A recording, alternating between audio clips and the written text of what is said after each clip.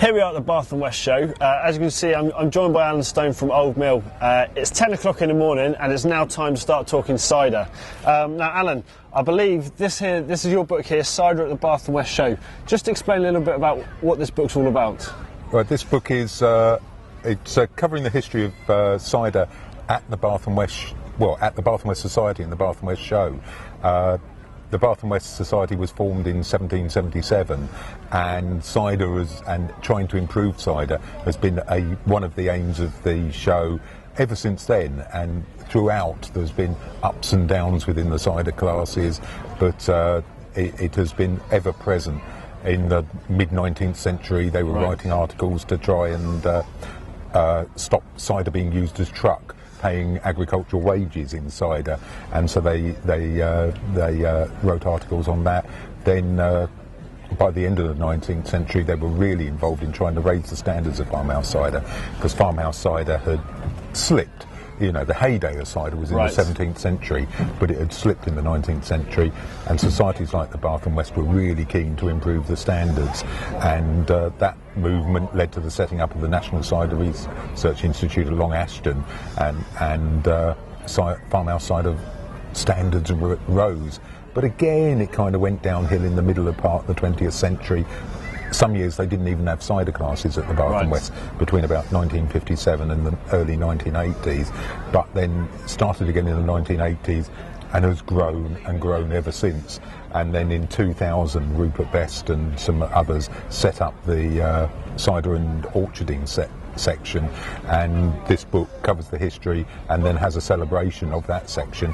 And now you can't move anywhere around this show without seeing cider. And everywhere you go, there's a cider tent here, cider tent there. There's cider everywhere on the show, and I'm drawing a map of that, but most of them are kind of detailed in here.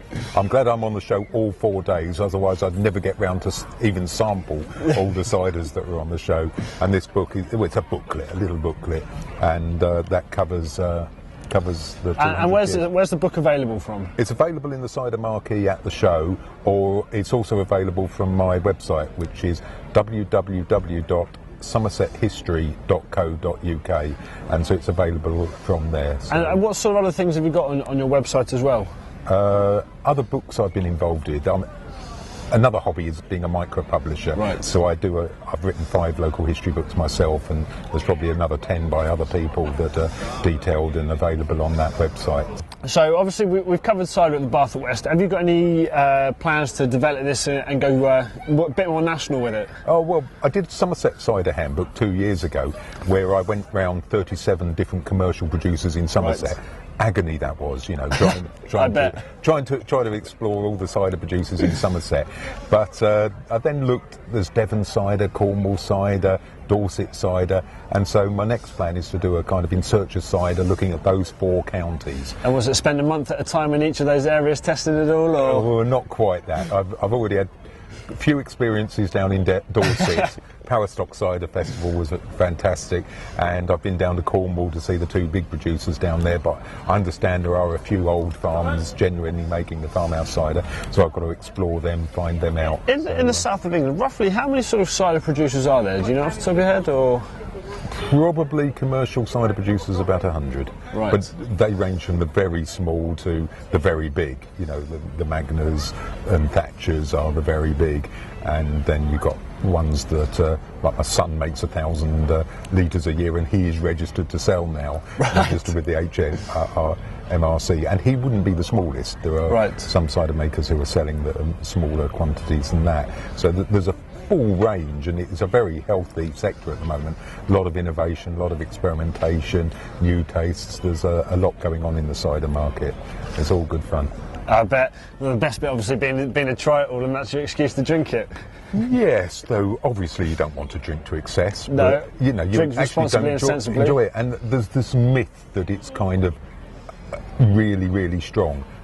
You can only actually, unless you start mucking about adding sugar, which most people don't, you're unlikely to be more than about 7.5%, which means if you look at it compared to a beer, it's equivalent to about, a pint is about a pint and a half of beer. Right. So people kind of think if we take a sip, it's going to blow our minds off. No, it's not. It's just about 1.5 times the strength of beer, and that's even the real stuff. Most of the commercial stuff is about the same as beer. So, well, thank you very much for your time. As you can see, it's obviously a very interesting, fascinating book here, Cider at the Bath and West Show. As Alan said, it's available from www.somersethistory.co.uk. Any further questions you've got, obviously just drop them an email, pick up the phone. Thank you very much. Cheers. Thanks a lot.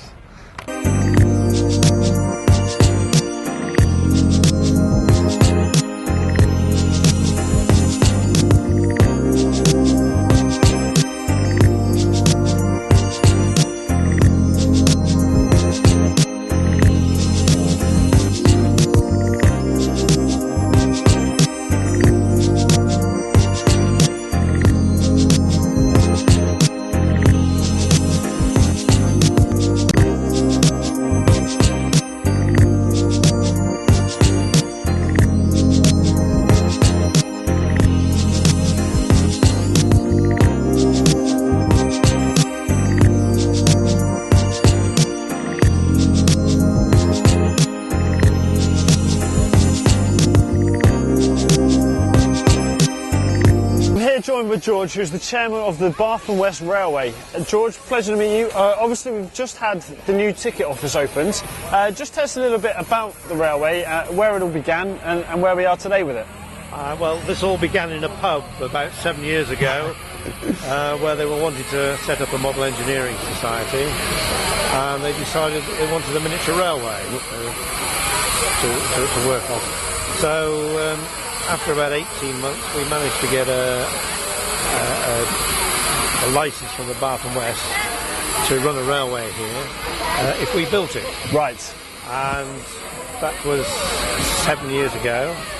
And this is the result of 7 years' work by a voluntary group of members.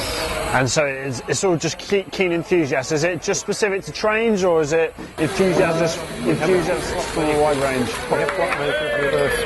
We have all sorts of model engineering specialists in general, but mainly trains, I have to say. So where we're located now, where have we got? Obviously, we've got the train tracks running through, the engineering shed, behind us the ticket office. Now, where else in the park does the track stretch to? The track stretches a good half mile, right down to the bottom end of the showground, right, round a lake, and then comes back via the stream here, which at times is full of wildlife. But today everybody's frightened the wildlife away. And how long does it take to complete a circuit of the railway? It takes about 12 minutes. 12 minutes from start to finish? From start to finish. And what sort of speeds do we get up to on the trains? Well, we actually have a speed limit of 5 miles an hour. Is that enforced by yourselves, or...? That's enforced by ourselves, for safety reasons. Yep. Having said that, when we're here on our own, and we're not hauling passengers, speeds have been achieved of about 12 miles an hour for short periods of time. Right, because obviously all the engines are steam engines, all fully maintained here by yourselves. We're all privately owned, maintained by ourselves. We have one diesel engine, and the one that's in the station now is an electric engine, but diesel outline. Right. 66. It's the only way you can't get a diesel engine that small. Now, just tell us a little bit about the new ticket office that obviously has just been opened today. What's the reason behind that? Is it just to create a bit more of a train feel, a train station feel, or...? We built the platform 6 years ago. We then had a ticket office which was a plastic garden shed. It was a bit grotty. And to provide shelter, we had a sort of mini marquee, that sort of thing you use for a garden party. So we had always wanted to build a station, a proper station, that looked similar to a GWR, Great Western Railway station. And about 3 years ago, somebody came up with a sketch on the back of a cigarette packet type thing. That was then put onto computer design. Then that was given to one of our members who happens to be an architect for a bit more formal drawing, planning permission, and then we just started to build it. And here we are today. Here we are today, yes. It's been open now. Obviously today, because the Bath and West show's on today from the 1st to the 4th of June, obviously the track's now open to the public. They can come in, they can ride as they please. Are you only open during when the shows are on here, or do you have open days, or what's the situation when people can ride on the trains? We are open most times we have an exhibition of some sort here. Right. We intend to run. But as members go, we come down here every Saturday and every Wednesday, and we're either maintaining things, making things. It's a peculiar society. Quite a few retired blokes want to actually do other things besides sit at home all day. This is one way of doing it. And we've got quite a nice, friendly group of people down here. It tends to be about 20 of us every Saturday and every Wednesday. Right. And how would people go about finding out a bit more about Bath and West Railway? You've got a website, We've got a website, newsletter. If they Google ESME, ESSMEE, that will pull up our website. Right. Or they can come down on a Saturday or a Wednesday and just come and talk to us. And just come and say hello. Come and say hello. We tend to pick up 3 or 4 members every Bath and West. Well, I'll let you crack on with the rest of the day. You can see that the newly built train station is filling up nicely. Lots of people paying their money with security nice and tight on it. It's been a real pleasure. Thank you very much. Thank you very much. And we shall speak to you soon. That's good. Thank you. Okay, thanks. Cheers.